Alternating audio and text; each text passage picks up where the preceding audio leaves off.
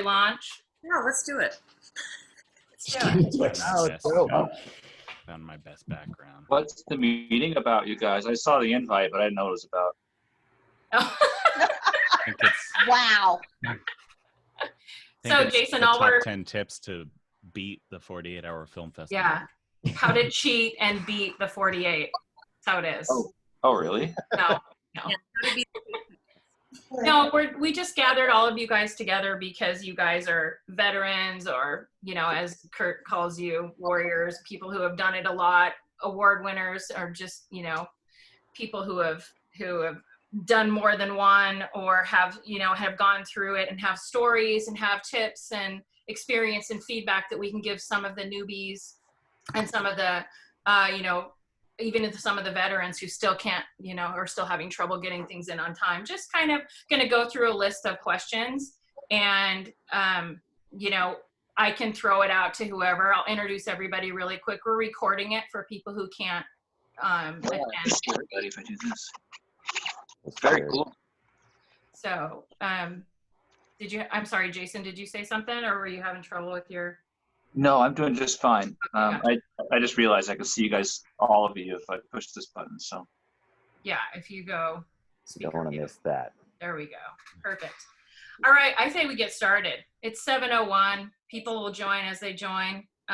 Kirk, you'll go ahead and let people in. Yep. As they come in. Kurt's going to monitor the chat, and if anybody has any questions during it, specifically for any of you, then he'll pipe in and we'll ask the questions so we don't miss anything. I don't want to save them till the end because I'd like to make sure we cover them. So basically, hello, welcome everybody to our Seattle 48 Legends Roundtable. Super excited for all these amazing veterans to be joining us today. Kirk and I thought it would be great to get together with some people who have had quite a bit of experience doing 48. Some of them are award winners. Some of them, have placed in all different things and have gone on to Filmapalooza. And so we just basically wanted to gather you all together. We have a few questions that we're going to ask everybody, and then we'll have them weigh in. We have with us, I'll just quickly introduce, we have Trina Griffin, Kevin Harvey, Dominic Barbero, Angela DeMarco, Dima Levenchuk, Christiana Wu, Philip Harvey, Silas Lindenstein, Jason Ferris. Is that everybody? Did I miss anybody? Nope, I think I got you all. All right, so I'm just gonna go through the questions real quick here. Let me find them. Now I lost the questions. Classy. Good moderator. Okay, okay. So I think we'll just kind of start really quickly I'd like everybody to go around and, I know I introduced you all, but I'd like everybody to go around and just say who you are, what your team is that you generally compete with, how many times you've participated, if you've won any awards, and if so, what are they? Let's start with Trina. Uh-oh, unmute. Everybody's muted, Kirk. You got to unmute them. Hold on. Unmute yourself, everybody. Somehow you guys got muted. I think our co-host, Kirk, did that. No worries. It's all good. Okay. Trina, go ahead. So I'm Trina Griffin, and the first question is, I have participated in the 48 hours 3 times. So I'm the baby, but I'm also very seasoned. We won 1 award, and that was with Team Crab Claw. We won the Best Cinematography Award for our short Rift, and TK Johnson was the DP camera guy on that, and he was amazing, and we had so much fun on that shoot. Cool. Next, Dima, tell us all about your experience. Hey everybody, my name is Dima, and I have been participating in 48-hour film project ever since my very, very first year of being a filmmaker, so since 2011. Ever since Kirk kind of held my hand as I grew as a filmmaker. I have received a bunch of little awards here and there, like sound designs, Best Audience Awards, Best Directing, editing, I mean, a whole lot of stuff. Gotcha. I'm trying to stay as much as I can with 48, but haven't been that good for the last 2 years, unfortunately. But hopefully, I will be participating more. So we will see. All right, let's go over to Angela DeMarco.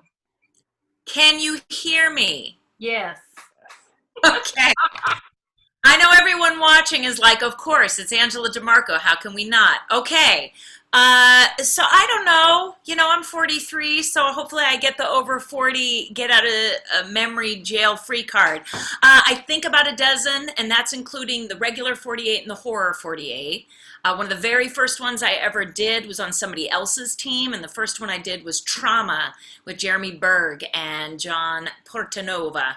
And that was pretty cool. We won Best Scream, which was yours truly, and a couple other things. And then since then, it's pretty much been Team Mighty Tripod, but I've also piggybacked with Dom on a few, and we've won just various awards over the years. And then, to my surprise, honestly, we won a Best of the Fest locally for a piece that we dedicated to David's dad, which was One Step Too Far, or something along those lines, but basically it was a dark comedy twist on AA and NA meetings. So glad to be here and happy to answer any questions. Great. Okay, Kevin Harvey, you're next. Unmute yourself. There you go. Hello. Yeah, I'm Kevin Harvey. I think I've done about 6 or 7. Started out on other people's teams. Mainly my friend Peter Fesa, and we did some pretty interesting different movies, and eventually I kind of wanted to go in my own direction. So we started a team called Challenge Accepted, and I think from about 2011 through 2015 or 16, we did it every year. Had some pretty good successes. Every year was different. We usually won a blend of different awards. Yeah, it was great. Been to Filmapalooza, and one of our videos made it all the way to Cannes Film Festival, which is awesome. Well, that was Sharon. It got Sharon. 3rd overall. Congrats. And won back to back. They won back to back. Didn't you guys? Yeah. Yes. That's awesome. Awesome. Seattle, what's up? What's up, Seattle? Great. Thanks, Kevin. Christiana, you're next. Hello, I'm Christiana Wu. I've done the 48 5 times. The first year that I did it was 2017, and I participated in 3 events. One was in Seattle, one was from out of LA, where I met Chris Flink, who was the director for Hitched. And then I also barely touched the horror one, which was directed by Brendan Napick, Carmen is Served. And apparently we won a couple awards for that one, even though I was not on set for that. For I think it was Best Actor and Best Directing. And then after that, I decided to kind of pave my own path and start up Cave Glow, Team Cave Glow. First year in 2018 was kind of rough. 2019 was a little bit better, but definitely proud of what we've done so far. We'll hit on that a little bit later. Right? Okay. So, okay, Philip, you're next. Hello. Excellent. Well, I'm Philip Harvey. I'm the twin brother of Kevin. So he already went. So a lot of the what same. applied to him applies to me. Yeah, I think it's probably been 7, 8, something like that times that I've participated. It's been over the course of at least 10 years. And I mean, it was a long time ago, and when we first started, and it's just a really cool forum. So we just kept on doing it. Probably the best award and most memorable is that going to Cannes Film Festival and actually getting 3rd at Filmapalooza. So that was awesome. And you kind of don't really realize that you can go all the way to France based off of some movie you make over a weekend here in Seattle. So it was really awesome. Pretty cool. Excellent. Dominic, you're next. Tell us all about yourself. Yeah, all about myself. That's a heavy dose. I'm Dominic Barbaro. I have been doing the 48s for a while in various roles. It started out DPing stuff for other people's projects, and then moved more into directing and producing stuff for it. I think we've probably done, between my projects and other people's that I've been on, maybe 7 or 8, I want to say. We've had some pretty good success with some fun awards over the years and made some pretty fun and funny projects that, it's a good time to hang out with your friends. So that's us. We've had a good time. All right. Silas, you're next. Tell us about yourself. Hello, I am Silas from Team Black and a Half from the longest running comedy podcast in Seattle, probably. I've done it twice, so actually I think I'm the baby here, but we've won twice, so we're undefeated. I guess. And this year has an asterisk because of COVID, so I'm not even counting it. If we don't win, if we win, I'll count it, but otherwise, no. So yeah, I've done twice, won a couple of awards, and it's been my motivation to do films because I really like the restrictions they put on us, and I'm kind of old, so I have a system to make sure it's done on time. I'm gonna sleep. That's my rule. I hate Kirk's shirt. I'm gonna sleep. We have a system. Okay. Jason, do you want to weigh in at all on your experiences? Is that a no? Oh, you gotta unmute yourself. Yeah. Hold on, he's talking. There we go. There we go. Now we can hear you. Okay.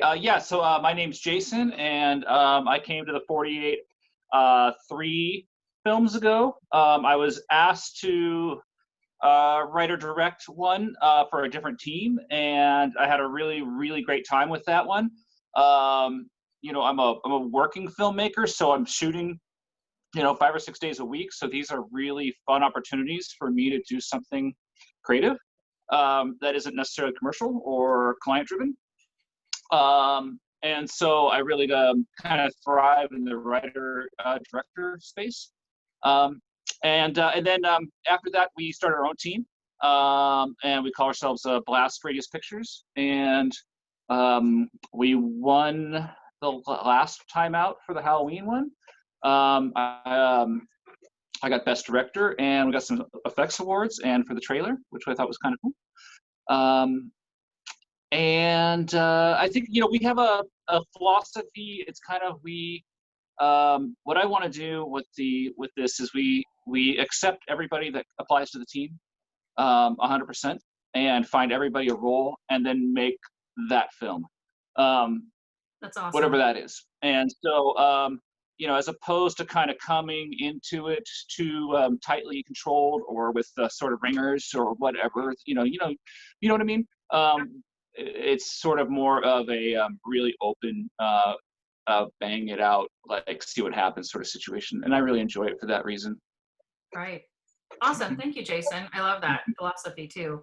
Just finding a place for everybody. That's really great. That helps a lot of new filmmakers get the experience that they might not normally be able to get. So that's great. David, you joined us late. Angela kind of already spoke a little bit. Do you want to add anything to that, or tell us a little bit about your participation and your awards or anything like that? I mean, you guys pretty much have the same thing together. Yeah, if the boss already spoke about the stuff. Spoke for you. She usually grabs the mic and does the best talking anyway. I like to be the silent guy in the corner lurking in the shadows. I've just always enjoyed doing these projects. It's such a great way to work with people and collaborate and do something that the time crunch is very interesting for me, being able to see like how creative you can be under very interesting circumstances. So I'm always happy to be a part of it, and yeah, it's really good to see all your faces. It's I miss you all a lot. Yeah, definitely.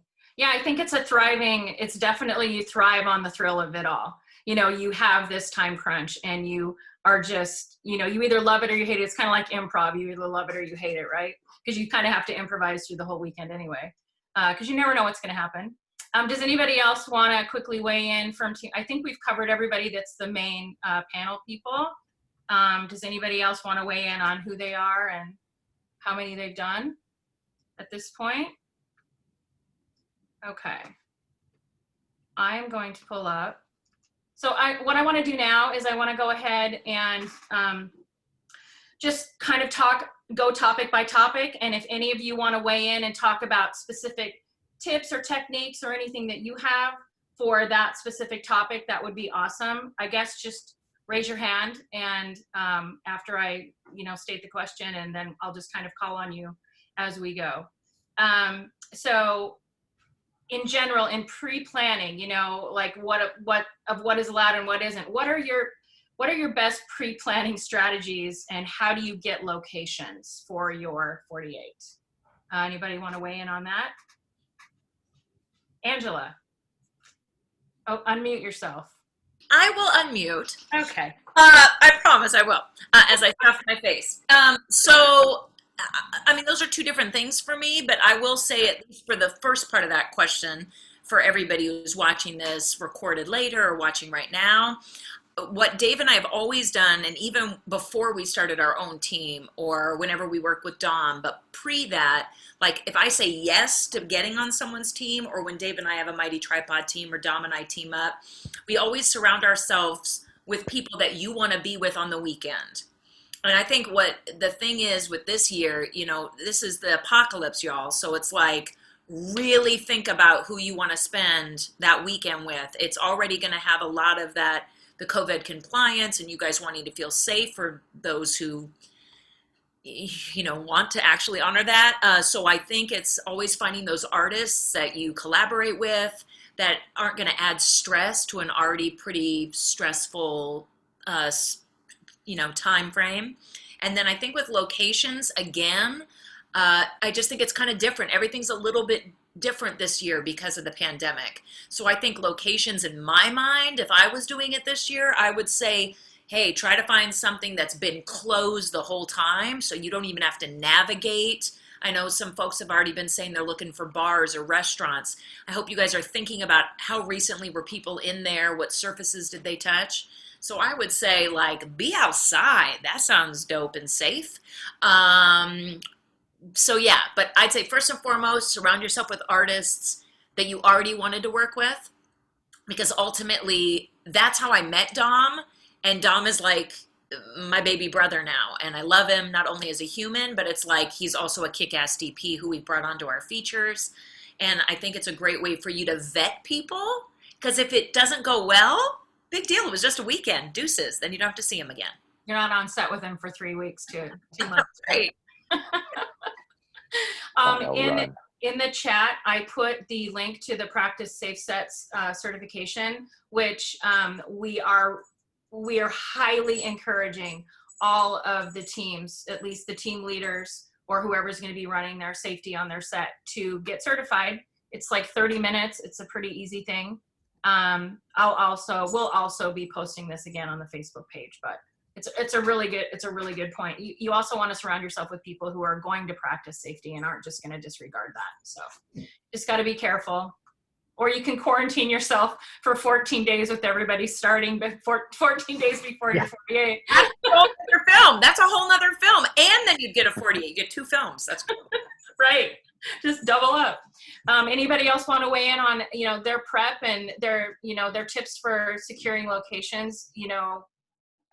Obviously it's good to have, people that at this point. Sorry if you can hear that scratching. That's my dog making a bed down below here. So Jason, please go. Okay, can you guys hear me? Okay, I think that's working. Yeah. So first of all, I know this is about film, but I saw Angela in a production of Boeing at the Seattle Rep, and it was the best thing I'd ever seen in my life. I saw that too. She was amazing. Oh my gosh. Long before I even understood what the film community in Seattle was, and it's still a standout moment. Anyway. You made me cry. Why are you making me cry, Jason? Oh no, it's like legitimately one of my most enjoyable nights of the theater ever. So good. Should do it again. He's fanboying right now. Sorry. We're talking about locations. All right, yeah, safety is important. Safety is no accident, right? So safety aside, safety should always be a super big consideration, whether it's COVID or you're shooting at the edge of a cliff or your set's on fire or, whatever, right? Safety number one. Beyond that, I think, you don't know what you're going to get when you're going to be shooting for the 48. So, if you're kind of cheating, I guess you could think like, well, I'm going to shoot some kind of car movie. I'm going to get a bunch of cars, or I'm going to shoot some kind of house movie. I'm going to get a cool house. I think the reality is none of that really matters as long as you just kind of track out stuff that speaks on camera, right? Find something that can be a character in itself in some way or another. And that's all that really matters. And then just write that character in your story. That's good. I like that. Anybody else want to weigh in on pre-planning and prep, putting together things, location? Dominic, Dom. Hey, so I'll say my usual thing that I have done for, I would say all of them where it's our team. I usually try to see who my crew is ahead of time. And usually like if I don't have a gaffer or an editor or a sound designer, one of those, if any of those three roles don't exist before going into it, I usually don't enter, just because one of those three roles can make or break everything. So that's kind of my go-to. Like I go into it every year, and every one, whether it's the summer or the fall, like Halloween one, is I want to do this. I'm going to see what happens, see who's available. If it's, somebody I know and I can build a decent team, then we'll enter. Otherwise, I feel like it is so much stress. I like my 48 to be 46 hours unstressful and 2 hours very stressful. And if I don't have those people, it's usually 48 hours of constant stress. So, I'm like mid-30s now. I just don't need 48 hours of constant stress. So that's one thing. Usually locations, I usually put out whoever's on the team ahead of time.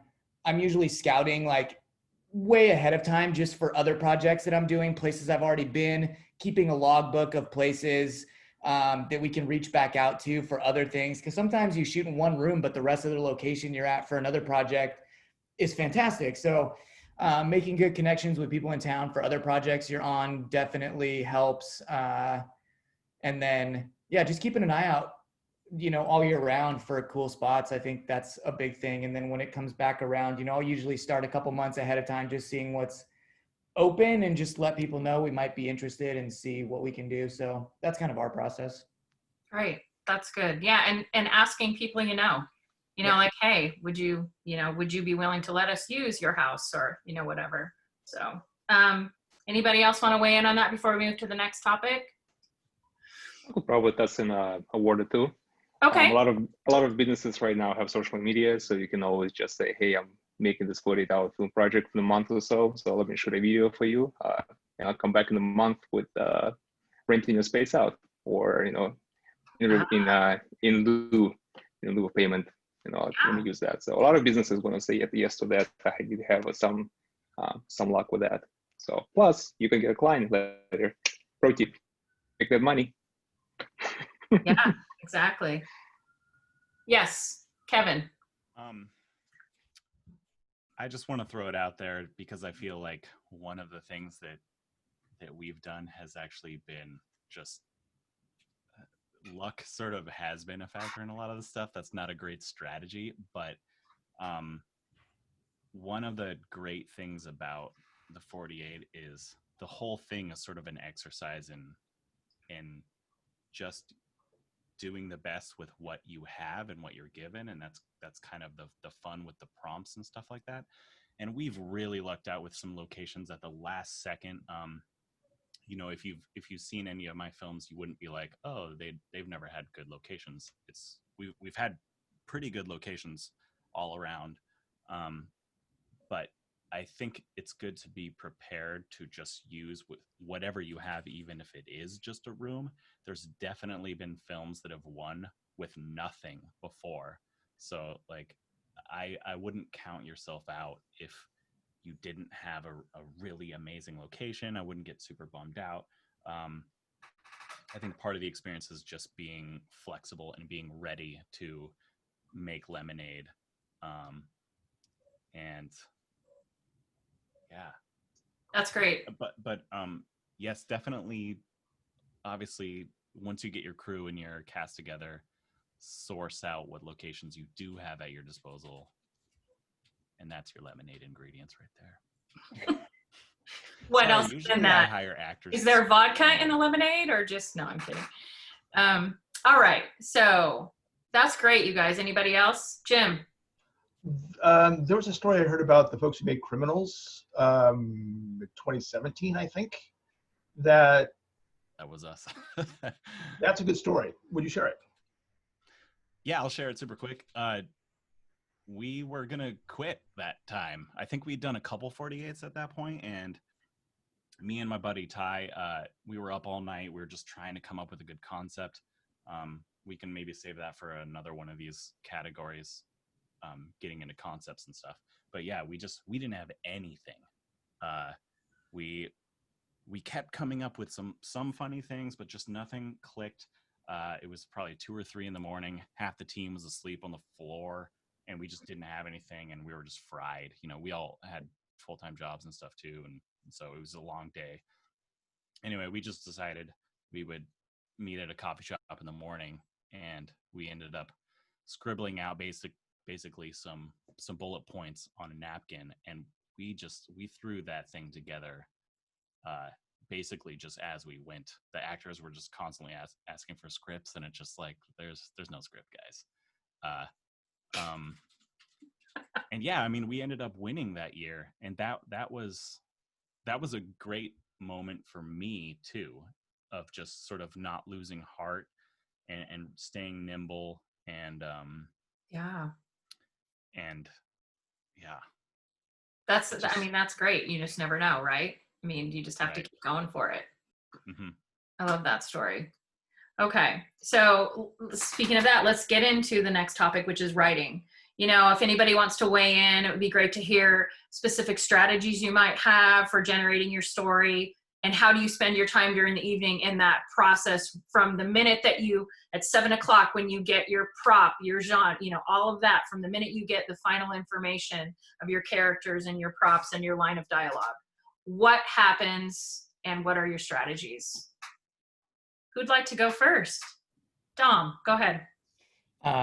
Well, it's been kind of different every year we go. I feel like, you know, I've teamed up with writers like Philip and some other friends of mine in the past. I think like usually I just let people have a little bit of say in it, but I usually try to get some form of a script, or I'll have like a few ideas kicking around of rough concepts, and then based on what we draw, obviously I'd never make a concept for musical because I'd just quit.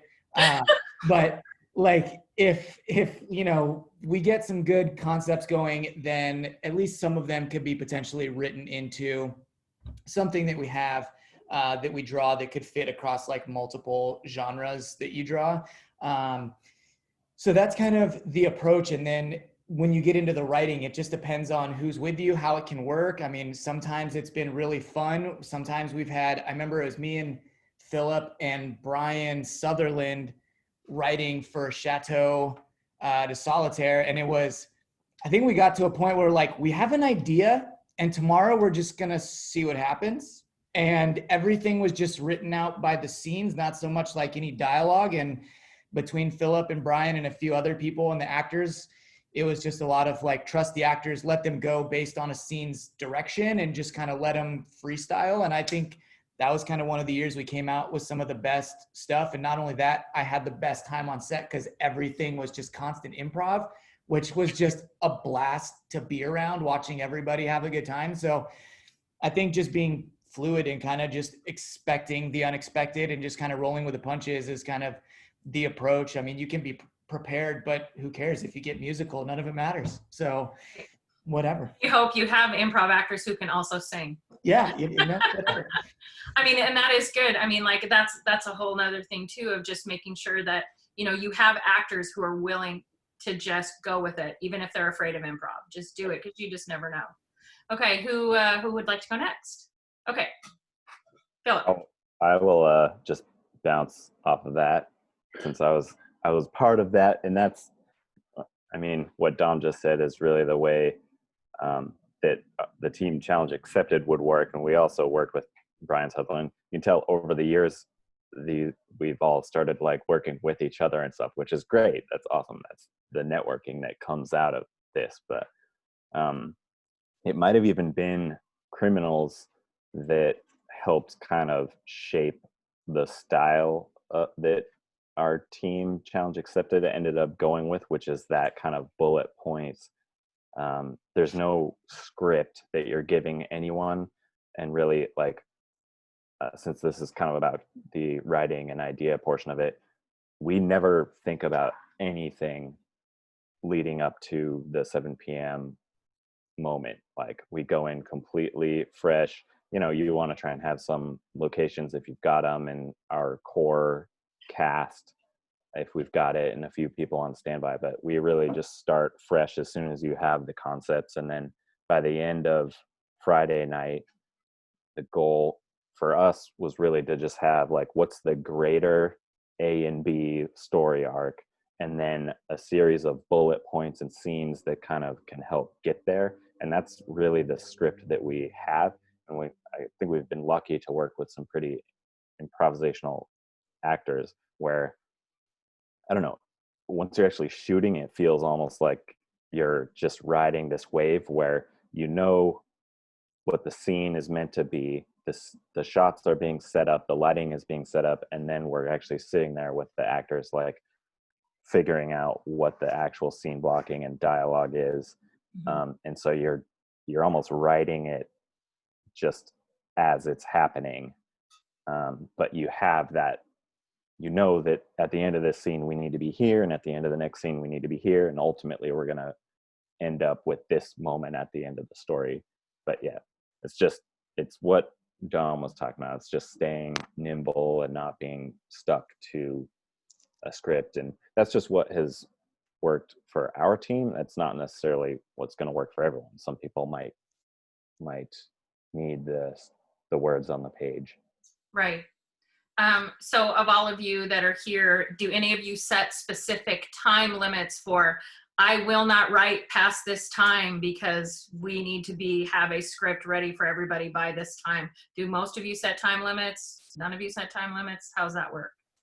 I know Silas. I'm a little old, and someone who used to do like Peter Faso, who's a great filmmaker. He was all about Kirk's shirt right there. He was like, nobody is sleeping this weekend. Like, that was part of the fun for him. Right. We were completely different. We had a set schedule. Friday night writing, everyone get a good night's sleep. I mean, a decent night's sleep. Saturday is basically production. Sunday is basically post-production. So that was pretty much our rule set. And I would recommend it. I don't know, young people are capable of amazing feats, but even a couple hours of sleep, I have found it makes it better. Like, it makes the whole process better. It makes you more creative and, I don't know, more productive. Silas figured that out on his first try, I think. Yeah. Yeah. And just because I didn't say, just on the Criminals note, I was saving that for this section. That is sort of when our team went from writing full scripts into keeping it looser. In Criminals, we didn't have a choice because we were flying by the seat of our pants. We didn't have time for anything. But this is probably my most important tidbit for anyone, is to make sure you're actually telling a story. Doesn't matter how cool your concept is or how cool your location is. Make sure something happens. And the easiest way to describe that is A to B. So we know that A is like, this is where we're starting, and the film is going to end with something happening to your character or in the story. And it's like in Criminals, we knew what our scenes were. You know, we were building the railroad tracks in front of us as we went, but we had to establish, like, what is this scene for? And, like, how do we get from A to B in that scene?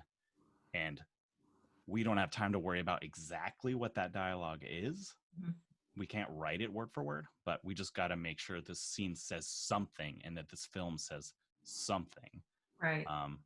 So that would be, that sort of Criminals birthed a more improvisational nature to our work, and it's really worked for us. But just make sure you have an A to B. Yeah. I think I want to just speak on at least, because what Dom was saying, I think, rings true for the year that Team Mighty Tripod, we pulled silent film. So not only do you want to make sure you have a dope composer, right, whoever's going to do your music, your score, but our writer was like, oh, okay, you know, like it's just different, and we all had to pivot, and we had this killer location that year, and that was Carmageddon, and to this day, that's still one of my favorites, dear and very near to my heart. But it was like, oh shit, because this was before we got to pull two genres. I love whether that was a Kirk and a Chris thing, or if that was an all over thing. Like, I remember there was a year, for all my vets who've been around longer than 10 years, like there was that 1 year it was like, oh, we get to pull something that has two and we get to pick. Oh my God, because Dom is right. Back in the day, if you pulled Western, y'all, you better get on your britches. And if you pull musical, you better la la la. So, okay. So my point is, yes, I think writing is important, and giving that timeline. I agree with Kevin, and that we've always been that lane. Like, let the writer write on Friday, shoot on Saturday, edit that night into Sunday, and then get it in. However, my first 48 ever was not our production company. That was Lady Erin Neal, who's no longer here in Seattle, but her and her husband made a team, and they got the TSS Turner Joy, which is like this humongous freighter sub boat that's docked over in Bremerton.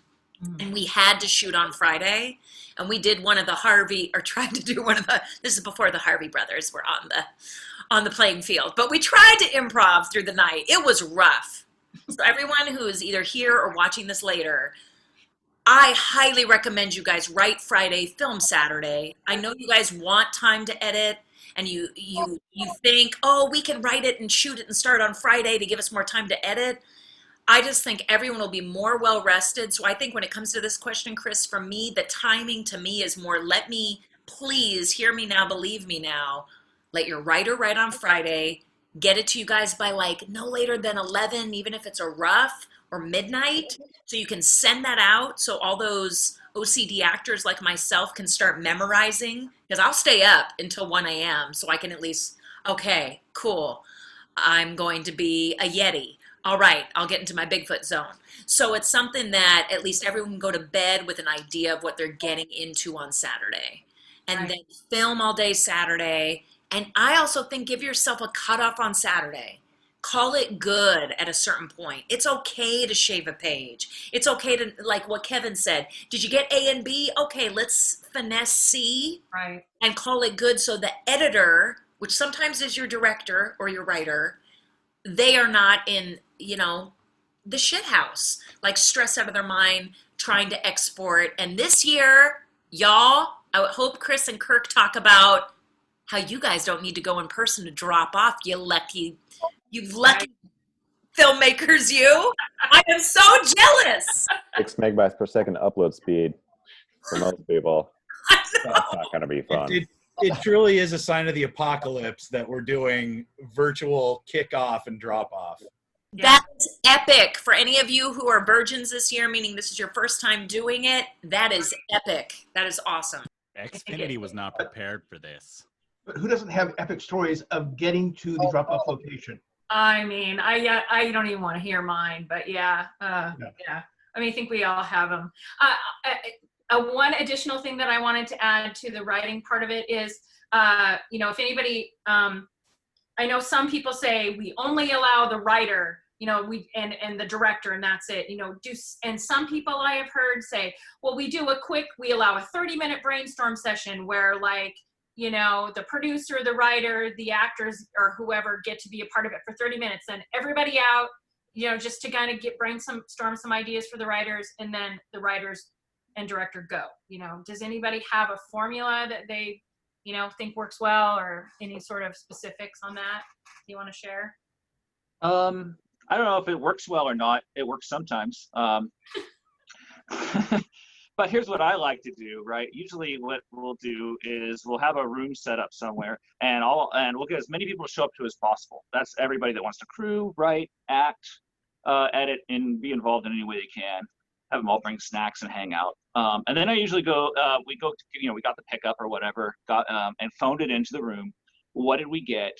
What's the rules, right? What's the requirements? And then usually I go do something else for a while. Last year I went to go see Eddie Izzard at the Paramount, right? It sort of would disappear for 3 hours. I really do hate you for seeing Eddie Izzard. He's performed in Seattle 3 times during the 48 weekend. And I've missed him. Right, exactly. So I kind of hate. So I apologize. So you just come no, back. I do apologize. Gotcha. Anybody else? Trina, Anyway, what's your strategy? Sorry, Jason. I apologize. Go ahead. Oh, it's okay. Keep going. So then, so I guess I'll make it a bit shorter. So then what I'll do is we'll show up, and there'll be this big sort of potpourri of ideas, and there may have been some arguments, there may have been some fist fights, right? We have all the cast up on a wall, and we're kind of pointing at who could be who. And then we just kind of come in and just sort of executive edit all of them down into something. Just like basically the understanding is we're gonna take everyone's good ideas, we're just gonna mush them into something that kind of makes sense and start to go from there.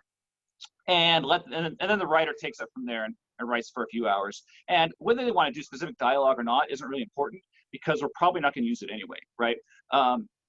In the end, we're just going to shoot for naturalistic moments in the scenes that tie one into the other, and preferably has as little dialogue as possible. I think that if there's, a weakness that pops up again and again, it's just lots of strange dialogue that doesn't quite connect with the audience, and it's one of the toughest things to do. So if you can tell your story another way, that's, go easy on yourself. I guess that's the advice, right? Go easy on yourself as the filmmaker or the team leader, if this is a meeting for new team leaders, because the more you deep dive into pages and coming up with dialogue, the more likely it's going to be wooden and difficult.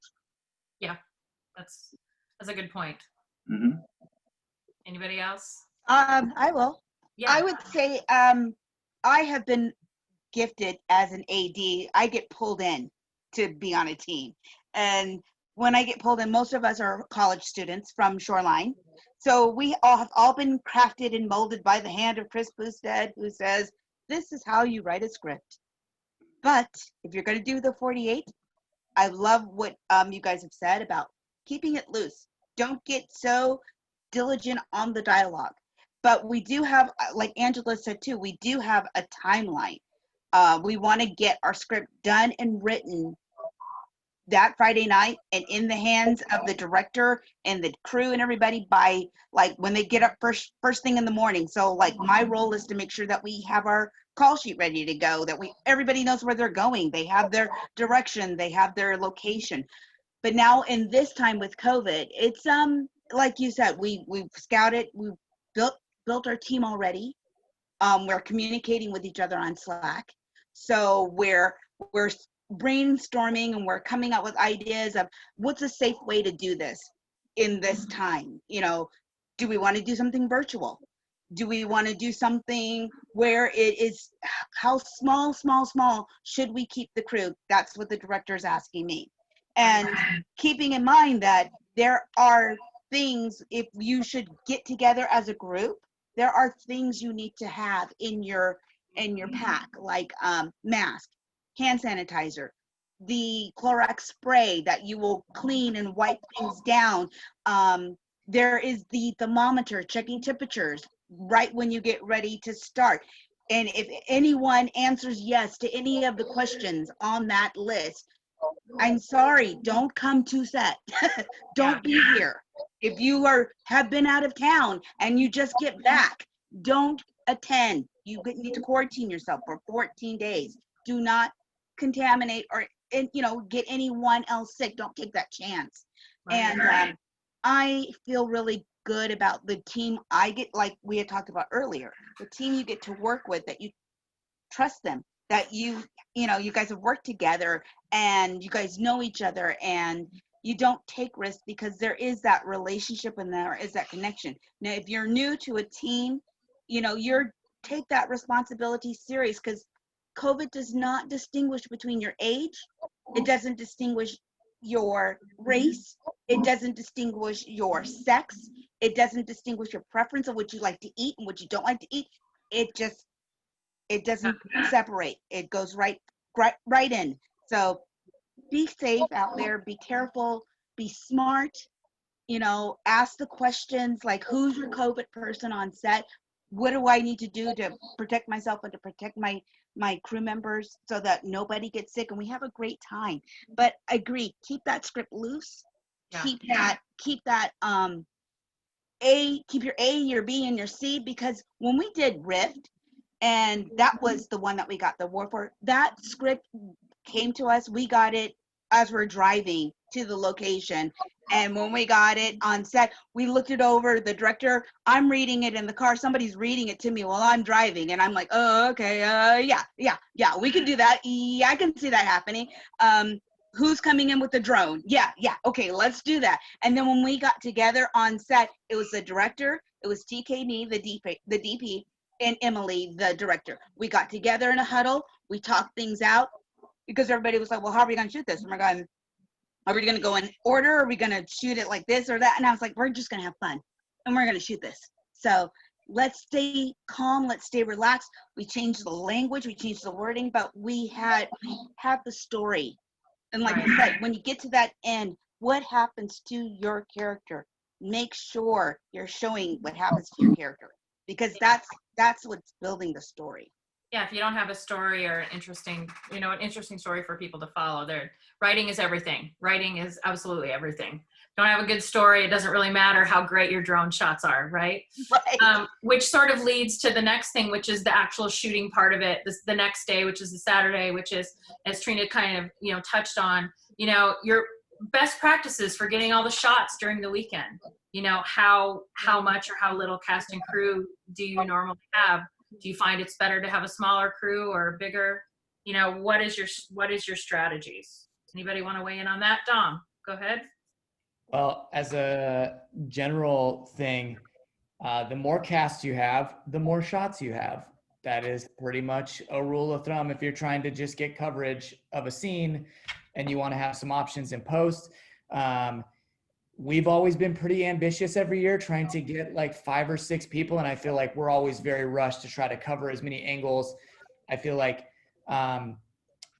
Chateau, the year that we won, was the first year that we kind of like really decided to move away from just general coverage and really let longer shots happen and let the actors act and not try to like bounce around in the edit, which I think was really fun. But I feel like your safety net is wanting to shoot everybody's stuff. So if you can do something compelling with less people, I feel like it's easier to shoot and easier to plan and block your stuff and move from scene to scene quicker. But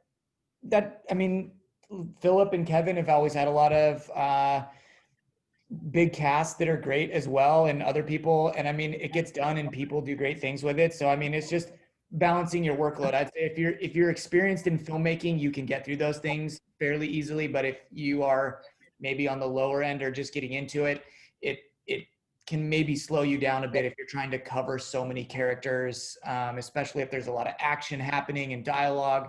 That's kind of my 2 cents as far as the number one thing to keep in mind, just roughly when you're shooting, in terms of how much you actually need to shoot in a day before you can wrap.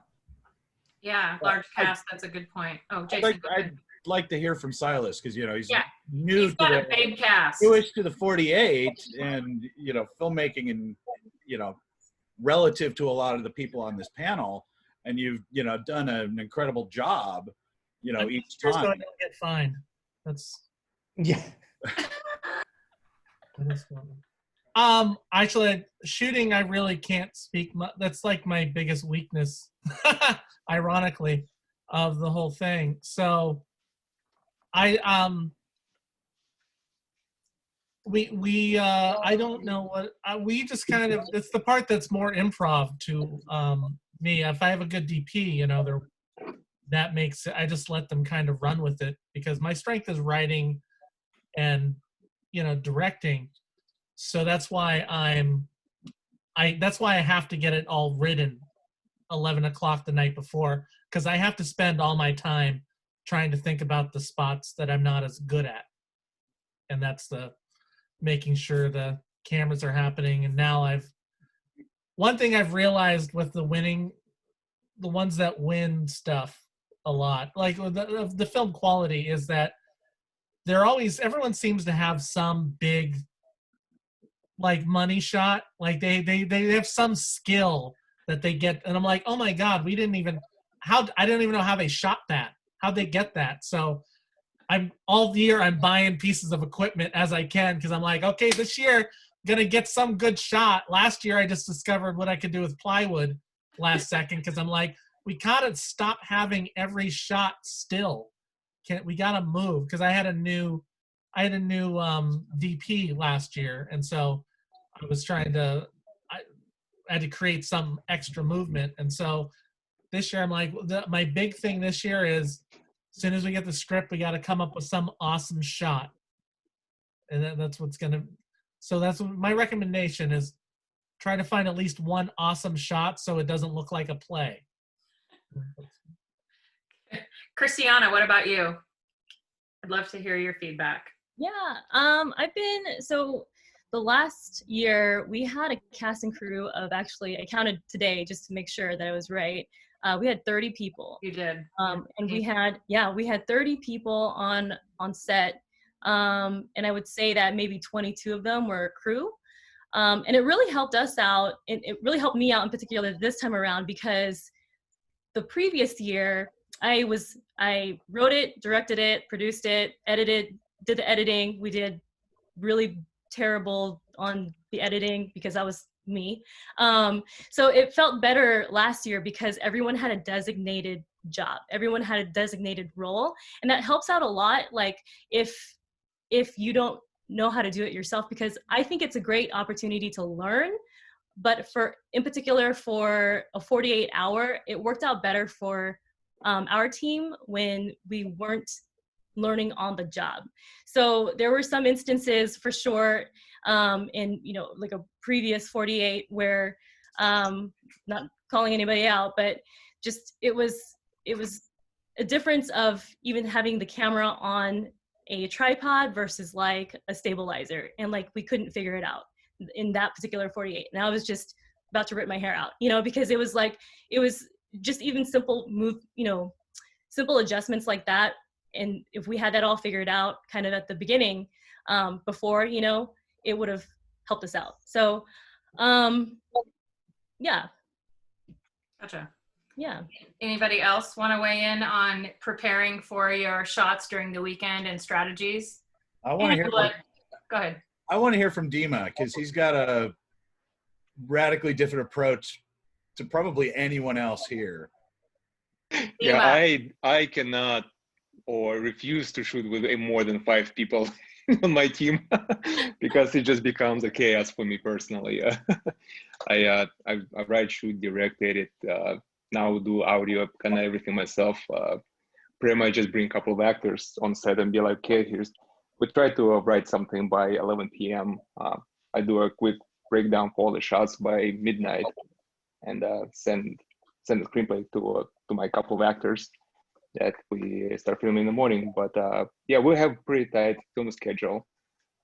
So because I'm kind of like one-man crew mostly, I need to have the schedule going, because if I will be spending most of the day filming, I will not be editing next day.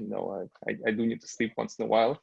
So I do need to have like a rigid schedule. So usually we're done filming and everything by 2 p.m. It's like a hard stop. So pretty much like the most important part of 48-hour project for us is the first 3 hours after we get our props and line dialogue and everything, because that's where all the prep happens. The entire 48-hour weekend will depend on your prep, I think. So depending how well you're going to design your shot list, how well you're going to secure location, that will guarantee the success at the end, so you don't have a late film at the end. So yeah, like I said, our crew is 5 people. I mean, I think we had like I think I had once, I broke my own rule and I had 7 people and we failed and we lost audio gear and all kind of stuff. And, and we didn't, yeah, it was not good. So from now on, 4 or 5 people, that's it. And Right. that's the way I will approach it. That's great. Well, for those of you that are just joining us, we recorded this whole thing, so we'll provide access to everybody to the entire thing for any of the filmmakers that want to do that. So where we're at right now is we sort of introduced everybody. We've got a lot of veteran 48ers here and some award winners. People have made it all the way to Cannes. So we talked about pre-planning and strategy already. We've talked about writing and strategies and best practices and tips. And now we're just getting into, what are your best practices for shooting, getting all your shots, laying it out.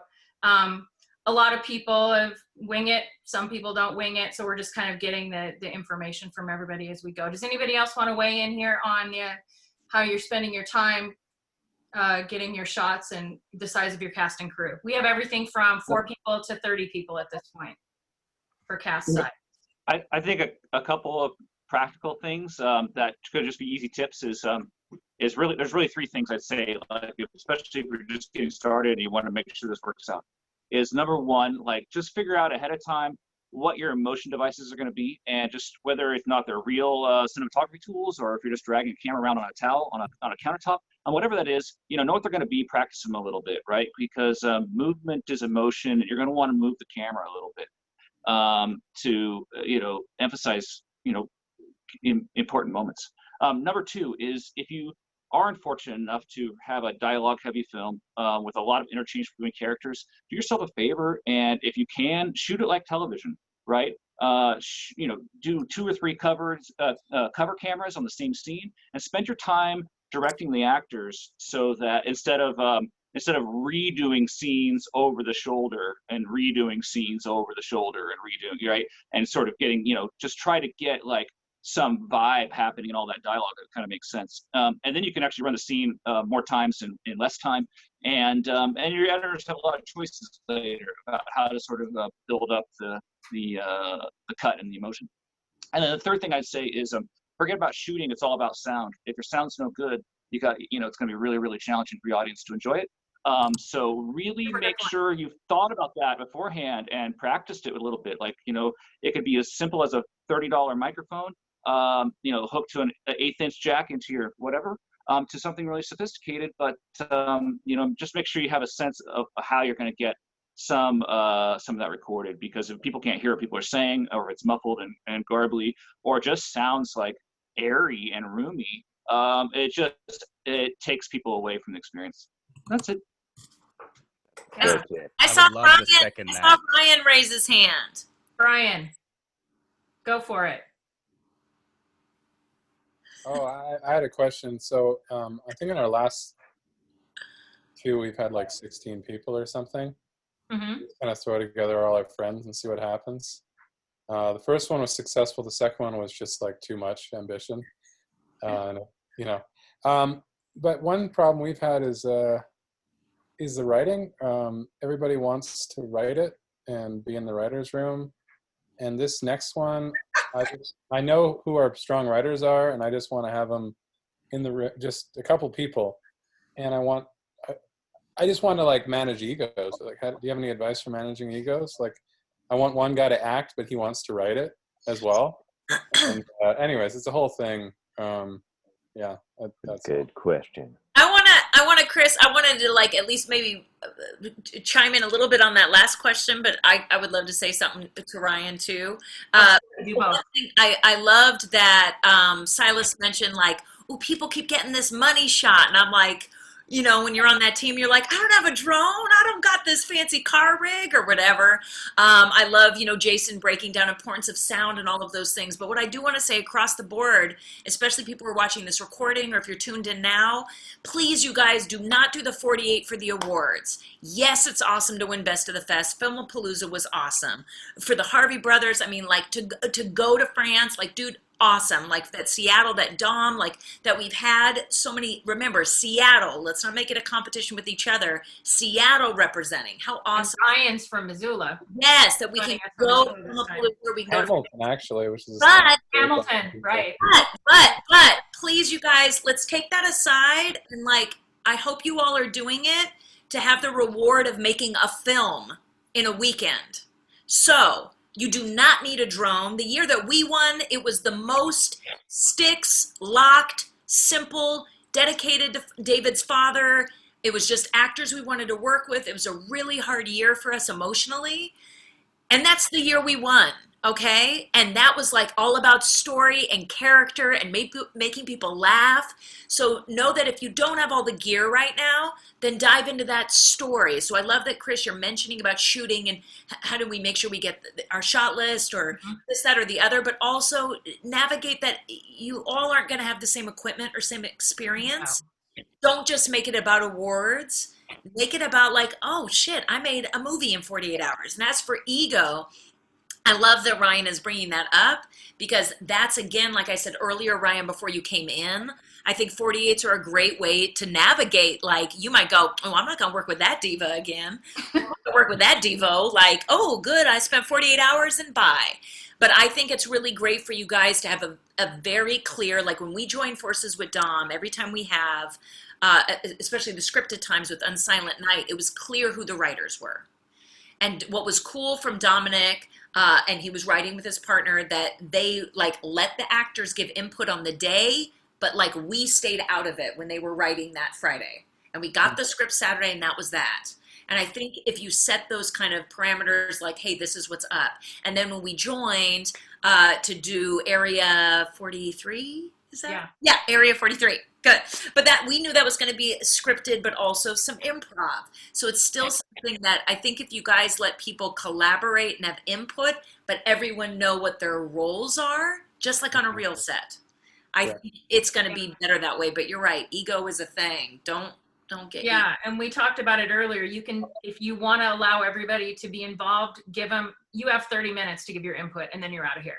Like set the parameters and 30? Well, whatever. Come on, girl. But you know, it's like that's a tough one, Ryan. That's tough. You're just gonna have to stick to your guns. 5 minutes. Angela says 5. Okay. We wanted to make a fun film, and then just people were like, one guy was like, "Well, how are we gonna get to Cannes if we don't do this?" And I'm like, "Come on, man, this is just a bunch of people getting together." Yeah, you can't do that. You can't go in there with that mindset. That's insane. Yeah. Here's the other thing. You guys can submit to the short film corner. I got into it with Always. It had nothing to do with a 48. If everyone is itching so bad to get into Cannes in France, submit to it. So it's like, yeah, Ryan, don't let those people on your team anymore. Yeah, if you want to make like a movie for like that's gonna sweep the awards. Oh, if you want to make a movie that wants to sweep the awards, don't make it in 48 hours.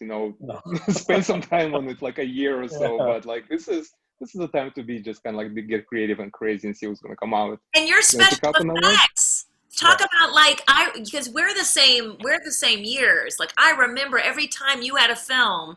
This man right here, like girls shooting out lasers from their areas. I mean, it was in a good way. They were badass.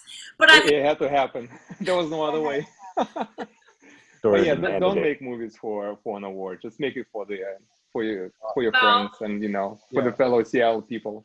And you'll listen back on this too if you listen to the whole thing too, Ryan. And it's like Philip and Kevin were saying that the year that they pretty much gave up and were just going to quit, and they just did something very last minute and they ended up winning. So it's like if you go in there with this has to be perfect and whatever, we're going to win, Yeah, no, we don't. We just try to have fun and be weird. Yeah, have fun with it. You're doing horror, right? That's the plan. Yeah. So I would love to jump in just to relate on the fact that I think that's, at least for me, one of the most difficult parts is kind of giving everyone a voice and being very worried that everyone is coming to the table, especially in that writing part. I think that is a very sensitive part. our team has always kept that to as few people as possible, because you don't want too many chefs in the kitchen. It's totally one of those scenarios. But it's tough. We have had actors, like, we've been up all night writing, and we've had an actor submit a script that's like, here's the script for tomorrow, and it's just like they weren't even there. They wrote it themselves. Nice. And it's just what? My kind of actor. You have though. I just want to acknowledge that is, I think, a really tough scenario. You are dealing with people's egos and emotions, and a lot of times there are people you do very much respect. It's always helped for us to keep it small. Usually our crews are maybe 3 people, even all the way through production and post, but especially in that Friday night writing session, I've found it's best to keep it small and craft whatever language you need to just be like, look, this creative part is kind of you guys aren't going to be involved in that necessarily. It's a lot easier, I think, to maybe disappoint some of the people who want to be involved in that right in the beginning than kind of be wrestling with it the whole time.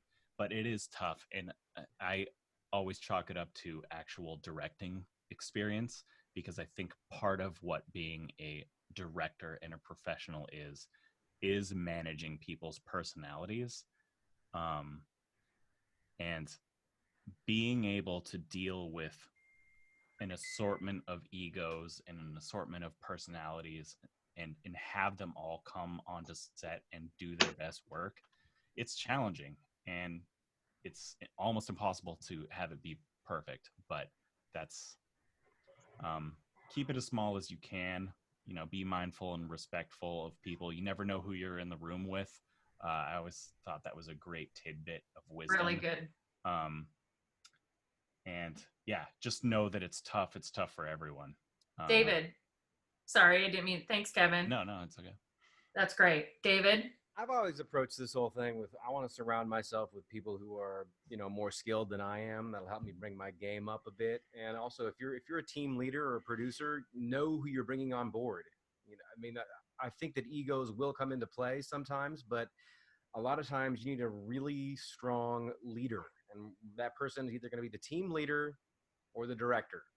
And that person needs to kind of take control and know who they are inviting on board. And then on the day, we also have to know that, safety is the most important thing. Shit can get weird on these 48s and people can get hurt. And that's just like, it is not the time for that.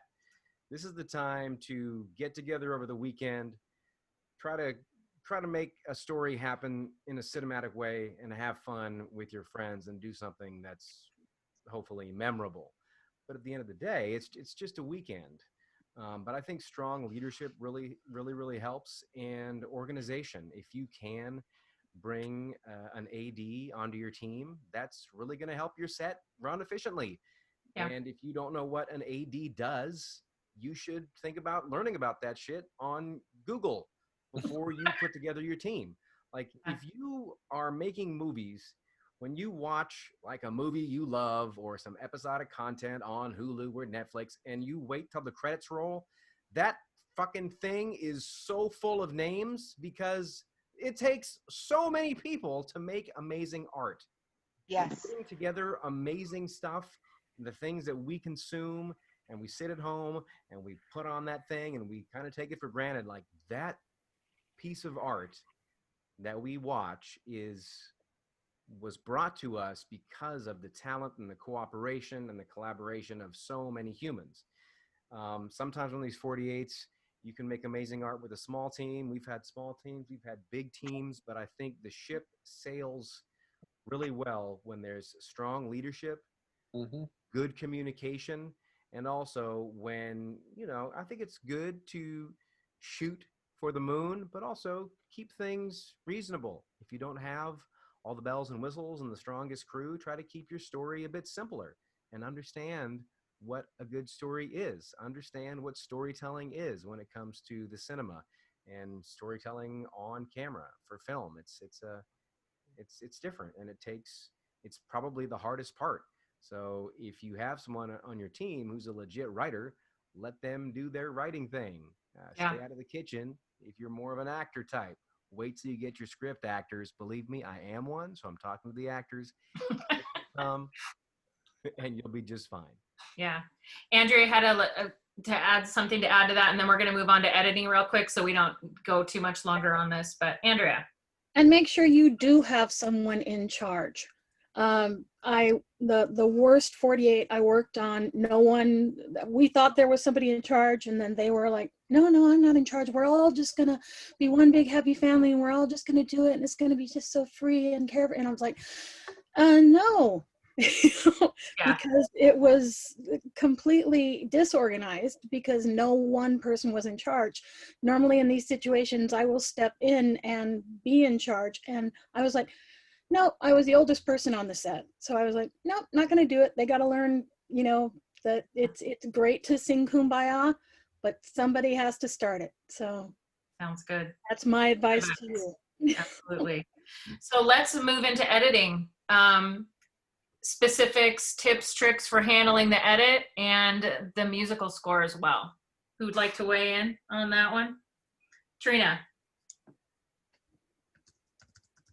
Okay, so in experiencing this personally, it was great when we had the composer come one night and watch a little bit of what was happening on the set to get a feel of the music and the direction we were going. So when the composer came to set and visited for I think he visited for like about an hour and just watched the direction and the story and looked at the script and asked some questions. That was great. So he went back home and started working on the music. Then we were all, Kurt's amazing because I learned this with Kurt, always backing up the footage and always having it ready to go so that when it was time to pass it over to the editor, it's already cataloged, it's ready to go. The sound is ready to go. Everything's quick and easy because that person sometimes who is going to be your DIT has been on set with you from the very early morning, and now they've been working with you all that whole time, and now they got to stay longer and finish the edit. God, I love TK. I mean, I wish he was here. I wish he could join us. But yeah, he was amazing. He did the camera work and then he sat and did the editing. And when I came back the next morning and saw him, he hadn't slept at all. He was up at 5 in the morning on Saturday, and he was gone doing it all until I think it was when we had to get it in to Kurt and get it, we had to drive down and turn it in. He hadn't slept. And he just looked tired, but he was dedicated. But we had someone who was really good with keeping the data together and making sure that everything was backed and ready to go. So when he sat down, he was ready to go. He did the edit. But definitely, person who knows how to do DIT work is good to have on your team.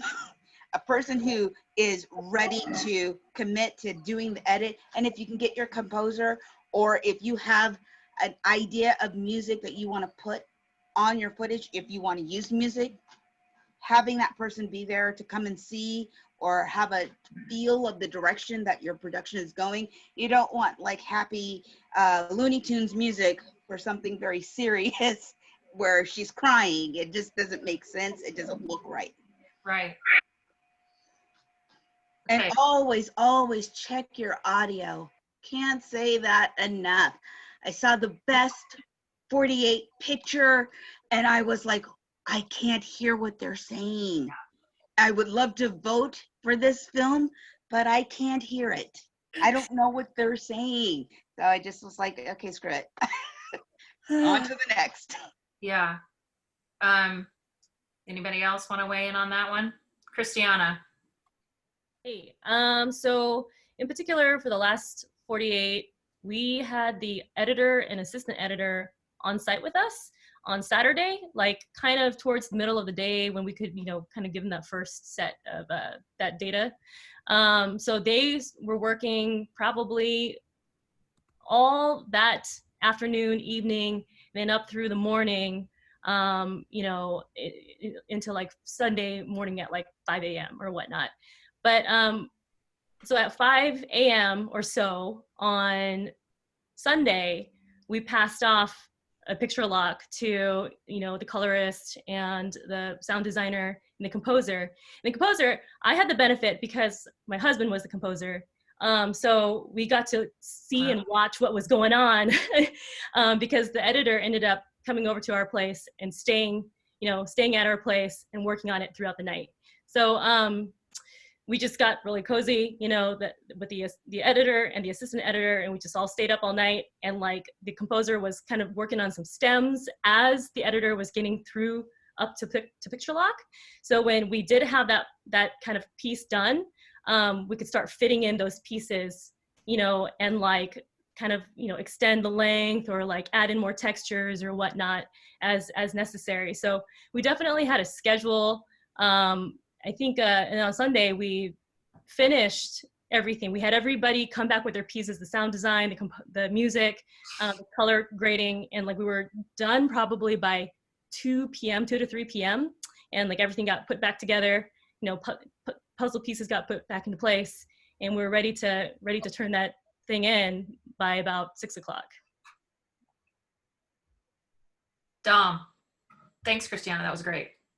Yeah, I would say that's what I've learned going for the last 3 is we always try to have our editor and DIT on set, and we try to shoot sequentially if possible, so they can be, every time we finish a scene, they're starting to log it, ingest it, and cut it. So by the end of the day, there may be 3 or 4 scenes out of 7 already through it as a rough cut in terms of picking out best clips and starting to like pre-assemble them. So I think that's definitely a really solid way to go about it if your editor is down for it. The other thing for us is I would always take a simpler edit in favor of having more time for better sound design. I know it's a lot of like massage the edit, and then there's like, I feel like never time for good sound design, audio sweetening, music. I feel like I would way rather take a simpler edit but have better sound. It's just the audience's perception of the quality of the film is so much different when the sound is fully dialed. I mean, I would even take worse cinematography in favor of better sound. I think that's the number one thing that makes it stand out as something very professional instead of, we did this in a weekend. I feel like really taking your time to understand the audio, your Foley, your sound design, your score, all that paired with, a halfway decent edit. I feel like I've always taken that approach, even before the 48s, and with stuff I do outside of that. Sound to me is always the thing that I pay the closest attention to, just based on, it's the thing that is most truest to life. Like, you have so much creative liberty with visuals and acting and story, but sound is sound. And when sound doesn't sound real, it's not real. It sounds strange. So I feel like there's a very much a thing about sound that has to be as true to life and that experience as you can. Otherwise it seems off or fake or not done right. And to me, that's the number one thing where I try to spend the most time. And that's where I feel like that's the number one thing that either makes me enter or not, is if we have a good sound team on. Because if we can't produce something that sounds good, I feel like we're already kind of set up for probably not being happy with our finished product. So that's my 2 cents for the post sections. Well, Dominique, basically ears don't blink. That's why sound is so important. Yeah, it's distracting. I mean, it can ruin the whole film for anybody. It's a great film, but if you can't understand, what's going on, or it just, you're so right. It's just writing and sound. Before, that's good. Yeah. Okay, let's see here. Does anyone else want to weigh in on editing tips, tricks? For the teams that are small, like mine usually are, like, small little crew, I recommend do like about 80% of the edit on Friday and finish up everything on Saturday, and finish up everything on Sunday morning. To get all your final colors, like mix your audio in the Sunday, because you gotta rest a little bit, because you've just been shooting all Saturday, you've been writing on Friday, you will be tired and exhausted. So do all the heavy lifting on Sunday morning. That's my personal advice. That would work for me for other competitions. So especially people who are one person show, and they're doing it all. Because you want to finish everything before going to bed, but your head is just be exploding, and your ears will not be hearing, and your eyes will not be seeing, and you'll be dead. So I would just also say it's worth remembering that your movie really gets made in the edit, and you could just go into something like with the idea that you're going to shoot this thing and this is what the story is going to be, but things don't line up. There's always hope in the edit too. You can pull some really drastic things. If things just aren't lining up right, you could play with time, you can move things around. It's just there's a lot that you can do in editing, so it's definitely worth focusing on. And in terms of audio, I just wanted to say, I said this in the chat too, but I think it's so important that a lot of people get obsessed about the video. And I think one of the number one questions I always hear is like, oh, what are you shooting it on?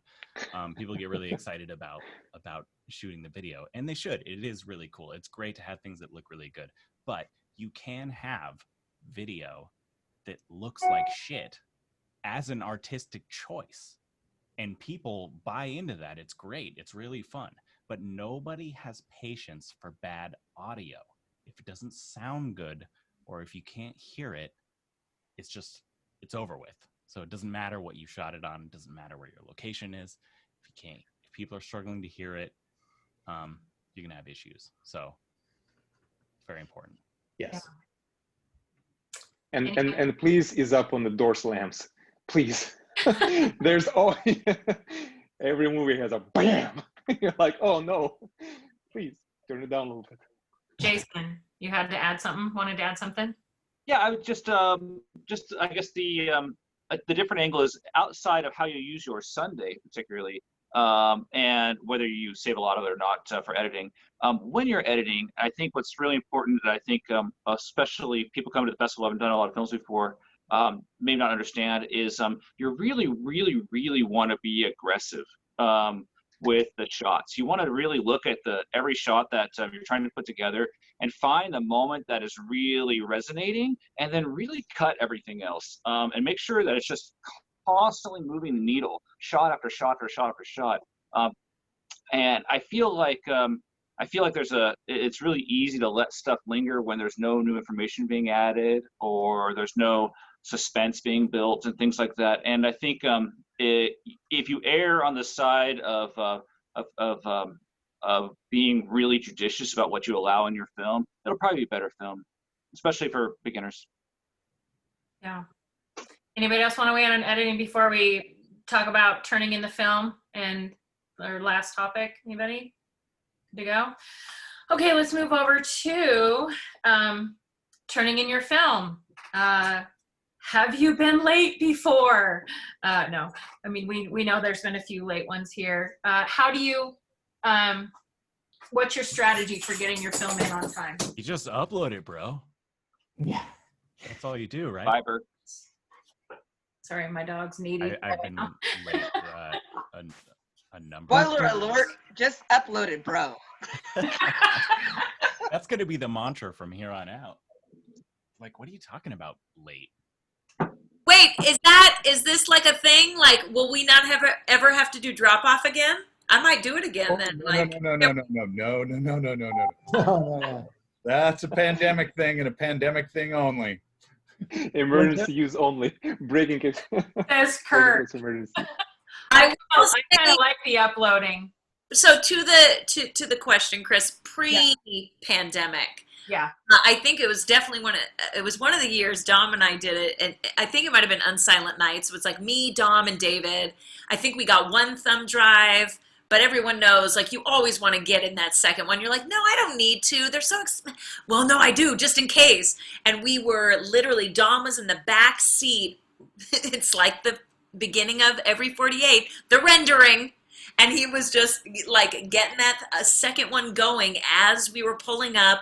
And I believe Dom had his laptop and we were going, and we weren't late. We made it, but it was like literally with laptop. We got to Kirk and then it was a bunk. And here's our 2 thumb drives. It was awesome. It's a rush. But again, circling back to, don't make it about the awards. What I love is that, and I don't know if every city does this, Kirk, but at least Chris and Kirk, even if you guys get it in, you screen. So I love that you guys do that. So yeah, if you don't get it in on time, you can't have awards, but at least you get it in and you screen. And I think especially this year with the pandemic, that's what's going to make it awesome for people to still be able to screen it and view it virtually, however you guys do it this year. Right. And still be eligible for audience favorite too, even if you don't get it in on time. Yes, everyone watching, don't quit. I think so many people early on, like this is maybe 8 years ago, I remember a couple of my students were like, oh, we missed it, and they stopped. Yeah. They like, oh, I missed the deadline, so they stopped. It's like, no, keep that hustle, keep that edit, still get it in. It just means you know, the judges won't be looking at it for awards, but you guys still screen it, and you still have a film done. Yeah. Yeah. Yeah, I mean, it's actually, you know, written into the team leader agreement that, you know, if you submit a film, even if it's late, it will get screened. You know, it's part of the 48's contract with the filmmakers. Your film will get screened even if it's late. It's just not eligible for awards. So, you know, it's one of the things that kind of distinguishes the 48 from some of the other timed filmmaking competitions is, you know, our dedication to, you know, you, the filmmakers, participating in it. You know, if you're late, you're late. You know, shit happens. But yeah, you know, a lot of people put a lot of work into their films, and, you know, everyone deserves that moment of seeing their film up on the big screen at the, you know, at the Uptown, which hopefully we'll be doing next year. So yeah, gotta see the films on the say, screen. Kurt, is that is so appreciative for any filmmaker that you guys identify and recognize. I mean, come on, that's 48 hours grueling. It's fun, but it's grueling. And you're like, you can't sleep the night before because your stomach's in knots and everything. And you put all that work, all that effort, all that tension, whatever happened on set, everything, okay? Your heart is out there on the line and you're late. And then, you know, for you to say, oh, sorry, you're late, we're not screening it or anything, take it back, that's grounds for hanging yourself. You're just like, dude, I'm out. But you're like, nope, we're going to screen it, we're still going to show it. So, you know, it just can't get judged for awards, but, you know, we're going to put it up on the big screen. And so that's the award of like, okay, next time we do this, we're going to be on time, we're going to manage our time better, we're going to cut sooner, we're going to do something different this time. Right.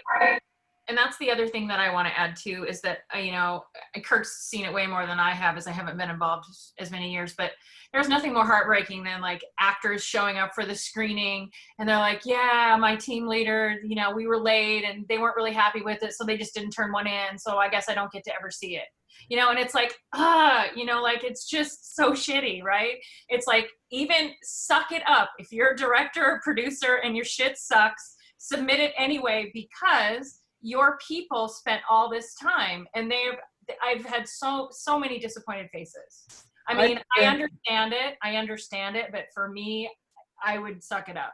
You know, after 7:30 p.m. on Sunday, I don't go to sleep for about 2 days. That's when my 48 begins, because, you know, I make all the screeners. And a big part of that time, you know, I have to have the files ready for the Uptown by end of day Tuesday, you know. But I spend a ton of time, you know, in email, on the phone, in Messenger, you know, telling people, hey, your film's late, turn it in. Right. Turn it in. I saw your roster. There's, you know, there are 30 people. They deserve to see their film on the screen. And, you know, I, you know, make it a point to lose some sleep over this. You know, it's, everyone needs their film to screen, and, you know, yeah, it's not uncommon that a late film will win audience favorite. It's not uncommon. It happens every single year. Dom. Okay, so I got to tell this story about when we dropped off for Chateau. So we had, I don't even know, I can't remember if maybe Philip can shed some light, but we were like, our renders weren't working or something. We had something going on, but we were like down to the wire. And my wife was like, "Oh yeah, I'll go with you when you drop it off." But she had no idea that we were so late. So I think by the time we got the drive, I went from Ballard to Capitol Hill in about 9 minutes. And I've never seen somebody so afraid of being on the road in my life. And then we got about 3 blocks away, and it was, we had about a minute left before stuff was, and we got like stopped at a red light. And I just remember involuntarily unbuckling my seatbelt and just getting out of the car at a stoplight. And I was like, Emily, you got to drive. And she's like, what are you talking about? And I just left and started running through, I don't know, like 3 or 4 blocks. And then we got there with like 20 seconds to spare. My phone's just ringing. My wife's like, where the hell are you? Where did you even go? And, you know, it was like so many great people worked on that. Like I couldn't let it be late. Baby. So many people wanted to be there. And it was just like heart pounding adrenaline from the second I left my house until I think I drank so much beer after that and told Emily, like, come get me in like 20 minutes. I will be ready to go. Well, I'd like to hear from Philip and Kevin about a film called When Penguins Fly. Why you gotta bring that up? So there must be a story here. Because the film was handed in on time, but this is kind of an object lesson. I kind of forgot about that. Maybe in my head I was making it better. We were late anyway. I live a privileged life because that is one of my biggest regrets. This was like back in the days when people used Final Cut Pro. That was the standard. And I was working with Ty, and we were both working at the same company at the time. It was a video production company. And so we were working off of a server. We had a bunch of different computers and stuff, and we had put so much work into it. We got this rooftop location, and I think it was one of our first challenge accepted films, and I was up all night. That was back when we were writing scripts. Anyway, a ton of work went into this, and you know, we had all the tools that you could ever need. We were editing it off of this expensive XN server at a video production company. We had fast Mac Pros. And anyway, like I was working on some special effects and stuff like that, and my friend was editing it, and we were running out of time. We were in Bellevue. That was the drawback. And so we had to make it across the bridge. The bridge was closed, so we had to go around I-90. There was a bunch of traffic. So it was hectic.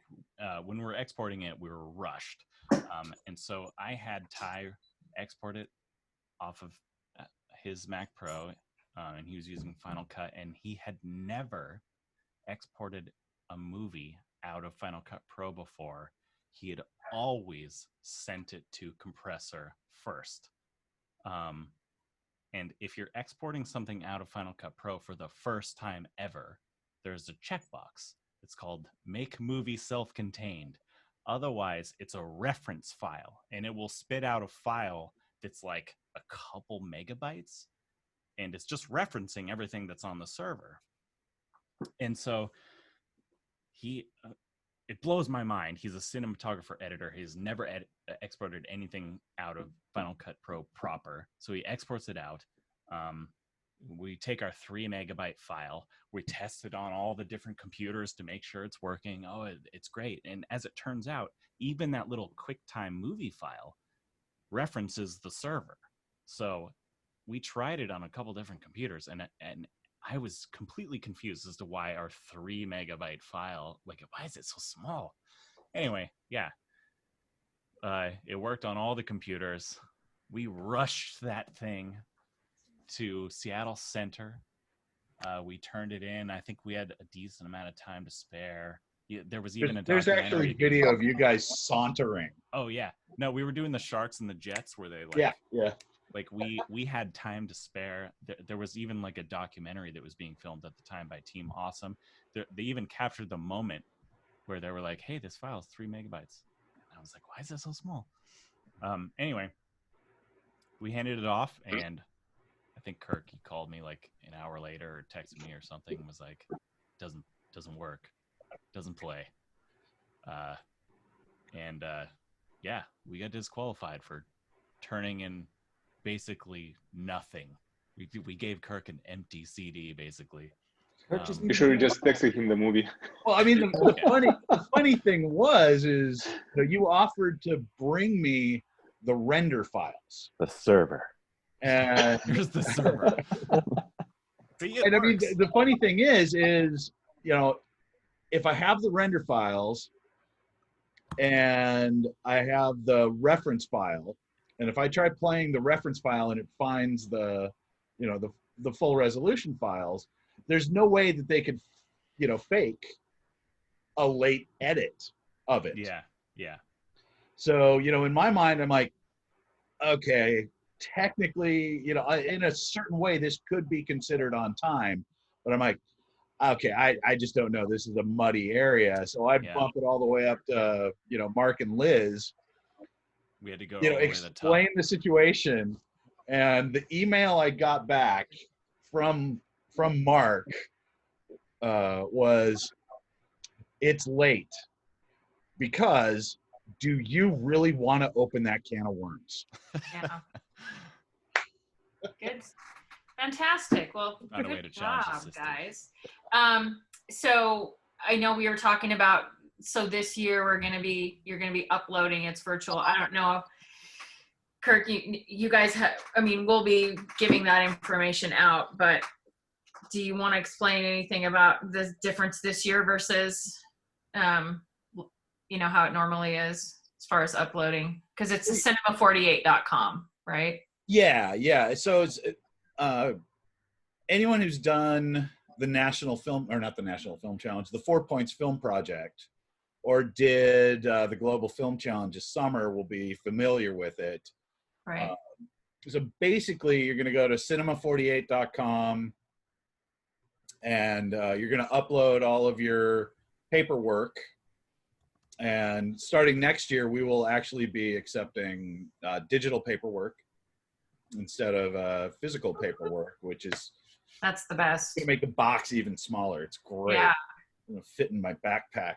And then you upload your file, and then you run a checksum on it, and you'll basically get a verification key. And that verification key needs to be in process by 7:30. So your file needs to be up at 7:30, and your checksum verification needs to be running before 7:30. So that's the big difference. Right. So I think everyone's going to want to find a good, fast internet connection. Yes. I'm going to dissuade people from sending 4K ProRes files this year, because you have to start uploading it at 6 a.m. on Sunday.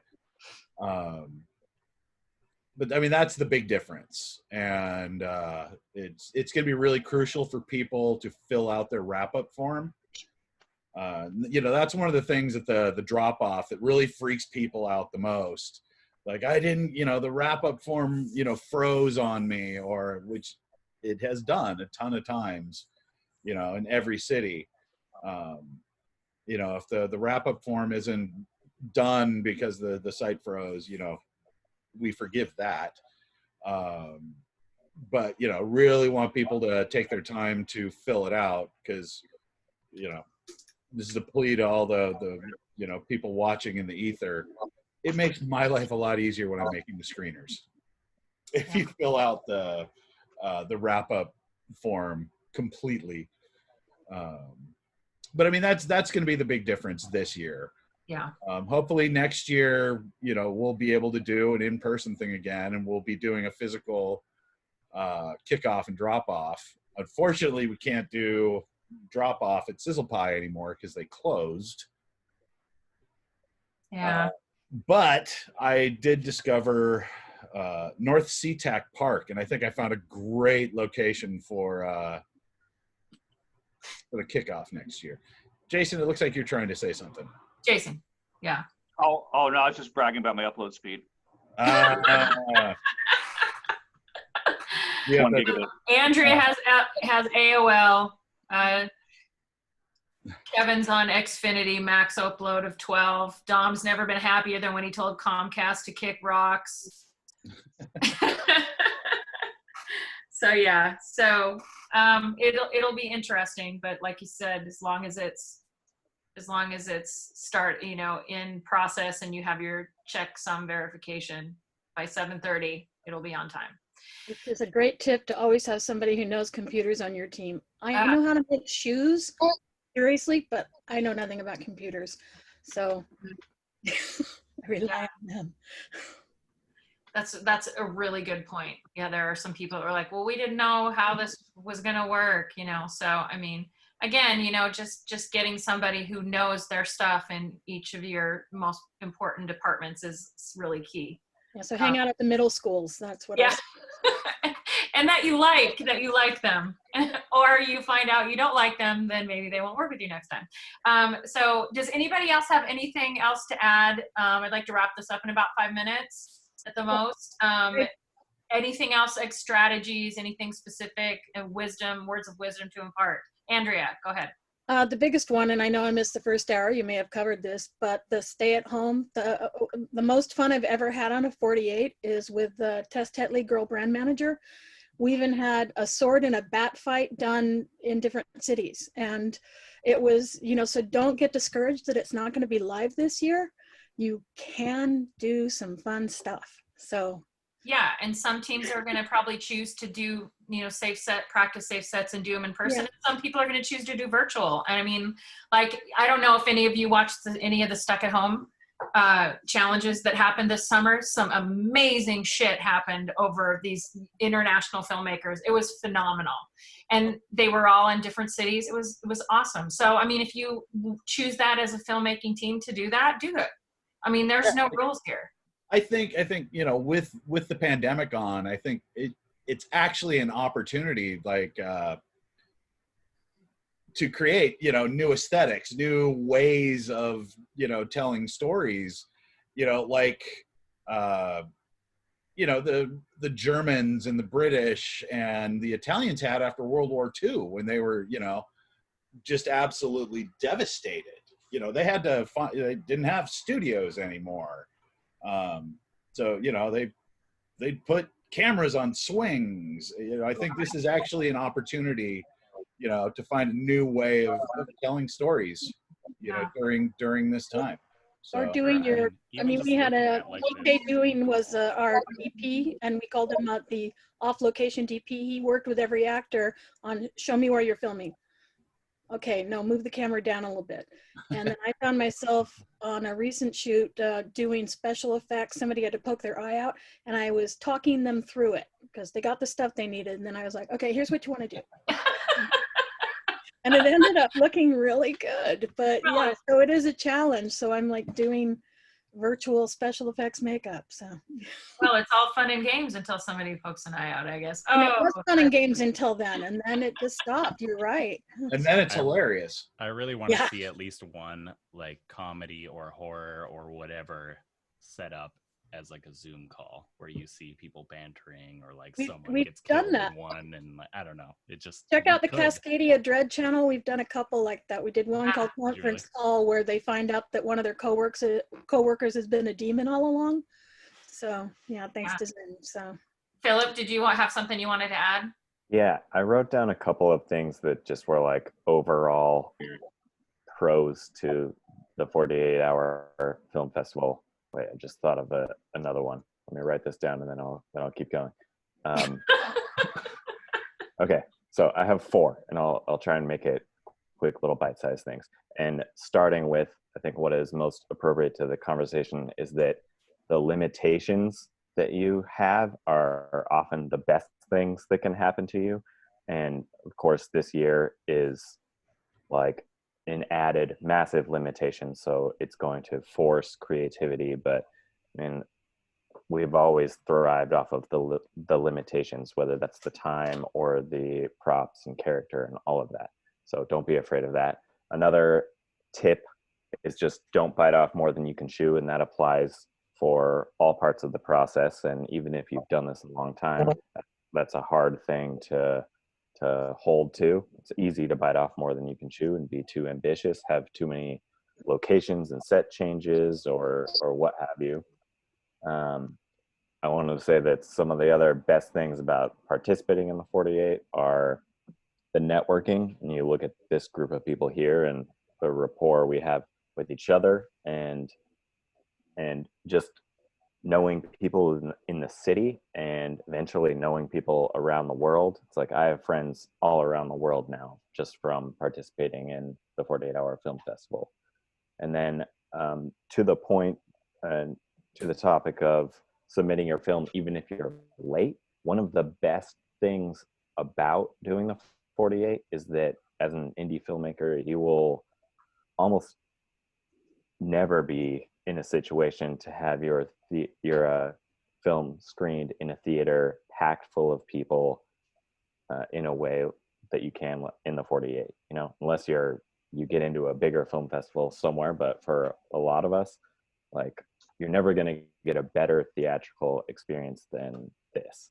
So it's definitely worth turning in, and it's worth participating. Great. Thank you for writing all of my marketing copy for the next year, Philip.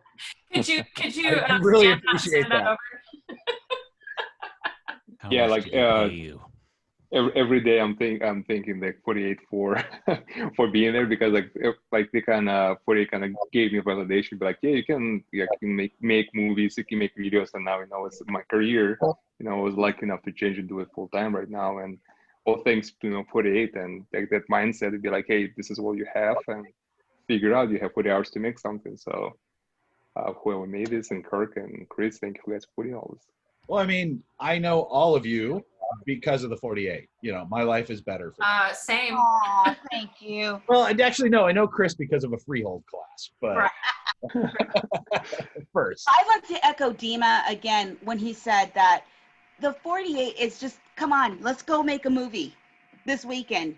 And if you want to make a movie and get awards, take more than 48 hours to make that movie.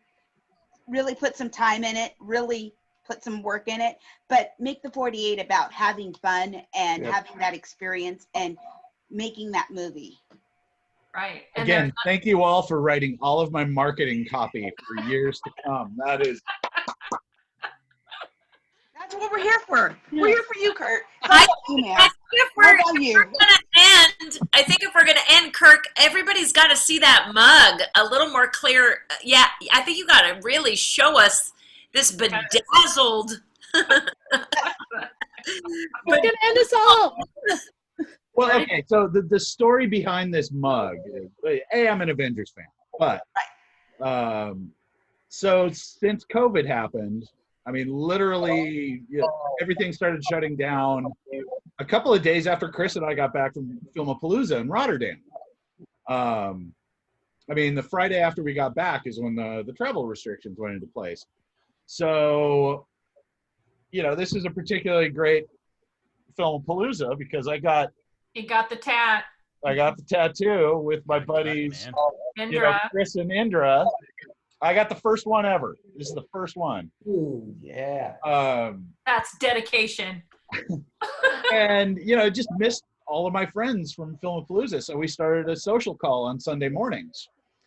And, you know, so it's 6 p.m. in, you know, Paris and Rotterdam, and, you know, noon over on the East Coast. We got people from all over the world on these calls. And I always thought it was a lot of fun to just have like a $3 bottle of rosé with Olivier on the call and just drink from the bottle, drink a $3 rosé from the bottle. And he's like, if you want to offend a French person, just drink cheap wine from the bottle in front of him. So he actually started a little fundraiser to get me, you know, a proper wine glass. I got a couple of dollars. And so I ordered this to appease him. And it did. You know, he's like, it's not proper, but, you know, at least it's not, you know, barbaric, like drinking it straight from the bottle. So Oh. That's the story of $2 Chuck. of my Infinity Gauntlet mug. I was going to say $3. That's pretty pricey for wine. It's a cheap. They got does it. anybody else have anything else that they want to add at all? I mean, I think this has been fantastic. Dom, yeah, go ahead. My final thought is like, I do video work as a profession and I've been doing it for a long time. And every year consistently, my most favorite thing to do is the 48. It's just the one thing where everybody's there to make movies. And because of that, it's just fun. And it's the one thing I look forward to the most every year. It's just like having fun with my friends, making cool stuff. And I don't think anything changed. Nothing has changed that so far. Every time I've done it, it's always been my favorite experience of the year. So thanks to you guys for putting it on every year and giving me and everybody that I know a chance to just come in and do something fun and not have, you know, a ton of expectations above your head, just to hang out with your friends and make cool stuff. Yeah. Awesome. I'll add that it shows it's a great equalizer, as I tell everyone, do a 48, because it shows you that no one crew on the team is above anyone else. Right. Everybody's important, from the PAs on up to the executive producers. Executive producers just have the money, but you know, that it's all equal and all necessary. If you have terrible writing but the greatest acting in the world, you know. Well, and on that note, that's great, Andrea. Thank you. You guys are all awesome. I miss you all. I can't wait to hug you all and see you in person at some point soon in the near thank future. You all thank you so much for your wisdom. Jessica, hi Nina, hi Jessica. Yep. When this is all over, you're all coming over for a pizza party in our pizza oven. So. I'm on my way. Yes. All right. We'll be doing some other stuff, but we just wanted to at least get this started, and we really appreciate it, everybody. It's great seeing you all. Thanks, you guys. Great to see everyone. Thank you. Bye, you guys. Bye. All right, take care. Bye.